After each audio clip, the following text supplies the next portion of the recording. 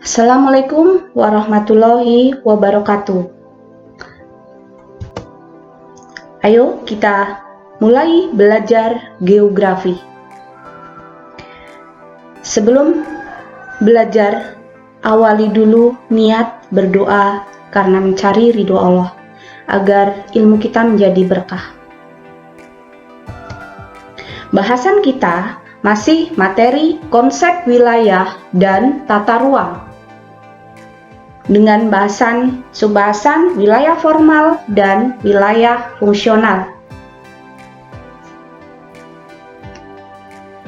Pengertian wilayah formal dan wilayah fungsional. Wilayah formal merupakan suatu kawasan geografis yang homogen. Jadi karakteristiknya homogen. Contohnya kawasan perkebunan, kawasan pertanian, sabana. Sementara wilayah fungsional, suatu wilayah yang saling berhubungan antara bagian yang satu dengan bagian yang lain. Misalnya kota, kecamatan, desa atau kelurahan yang secara fungsional saling berhubungan. Perbedaan wilayah formal dan wilayah fungsional. Wilayah formal sifatnya statis. Kawasan tersebut memiliki ciri yang seragam atau homogen. Tidak aktif, biasanya terletak di daerah pedesaan atau jauh dari kota. Faktor alam masih sangat dominan. Wilayah fungsional bersifat dinamis, aktif, terbentuk secara terus-menerus, terletak di pusat kota, dan faktor manusia lebih dominan. Dalam pembangunan wilayah yang berkaitan dengan pengembangan wilayah, diperlukan suatu perencanaan yang matang, sehingga terdapat kesesuaian antara wilayah dengan pemanfaatannya. Maka perlu suatu proses pewilayahan atau penentuan batas wilayah, baik secara formal maupun secara fungsional. Pewilayahan formal dan pewilayahan fungsional. Pewilayahan formal suatu proses penentuan suatu wilayah dengan menarik batas berdasarkan variabel atau kriteria tertentu, baik secara kualitas maupun kuantitas. Tujuannya untuk mengetahui wilayah mana yang homogen atau seragam. Pewilayahan fungsional. Pewilayahan fungsional lebih menitik beratkan adanya arus hubungan dengan pusat. Di sini tujuannya untuk mengetahui hubungan dari titik-titik pertumbuhan pada unit wilayah dengan pusat pertumbuhan. Metode pewilayahan atau cara penentuan batas wilayah secara formal dapat dilakukan dengan nilai bobot indeks. Sebagai contoh, kita mau menentukan wilayah homogen secara sosial ekonomi. Kita menggunakan variabel apa? Menggunakan data pendapatan penduduk, pendapatan per kapita, dan tingkat pertumbuhan penduduk. Nanti dihitung secara matematis menggunakan nilai bobot indeks. Maka apa? Akan ditemukan wilayah mana yang homogen dengan bobot indeks tertentu, wilayah mana lagi yang homogen dengan bobot indeks yang berbeda. Kemudian, pewilayahan fungsional ini dapat dilakukan dengan analisis aliran barang atau orang dan analisis gravitasi. Contohnya, jalur transportasi penghubung daerah pinggiran dengan pusat kota.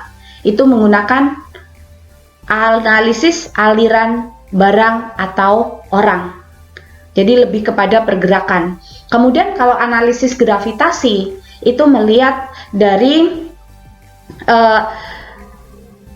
jumlah penduduk dengan jarak. Jadi mempertimbangkan jumlah penduduk dan jarak terhadap pusat kota atau pusat pertumbuhan.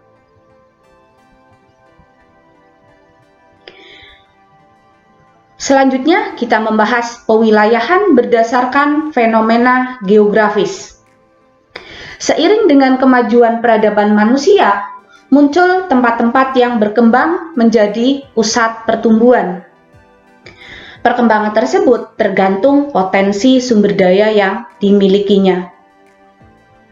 Wilayah di sekitarnya, cepat atau lambat, tentu akan terpengaruh sehingga akan mengalami perkembangan juga. Jadi adanya satu pusat pertumbuhan yang diawali dengan kepemilikan atau potensi yang ada yang begitu besar, maka wilayah itu akan cepat berkembang. Ketika wilayah itu berkembang pesat, maka daerah-daerah lain di sekitarnya juga akan terpengaruh dan ikut berkembang. Pewilayahan secara geografis merupakan upaya pengelompokan bagian-bagian permukaan bumi untuk tujuan tertentu. Contohnya, pembagian wilayah menurut iklim. Ada daerah iklim tropis, subtropis, iklim sedang, dan seterusnya. Kemudian berdasarkan ketinggian tempat. Bisa melihat dataran rendah, dataran tinggi, ketinggian di bawah 200 meter, 200 meter, atau lebih. Kemudian topografi wilayah atau morfologinya.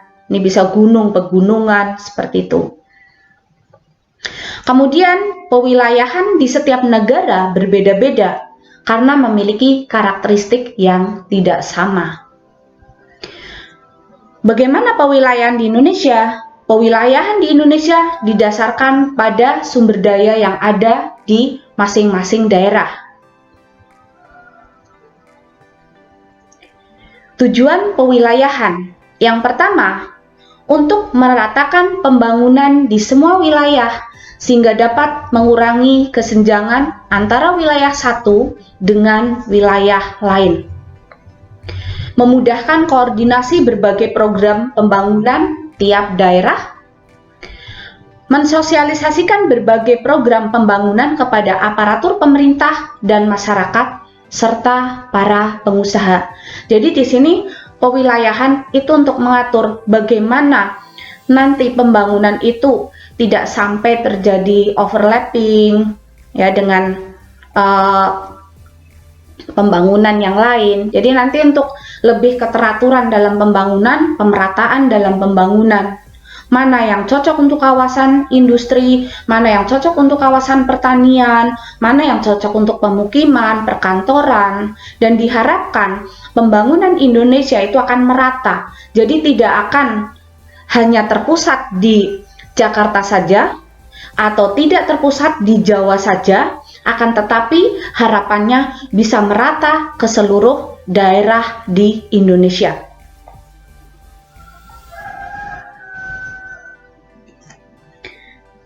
Oke, untuk pelajaran kali ini diakhiri dulu. Jangan lupa, kemana kaki melangkah? Di situ ada pembelajaran geografi. Semangat belajar, semoga sukses. Terima kasih. Wassalamualaikum warahmatullahi wabarakatuh.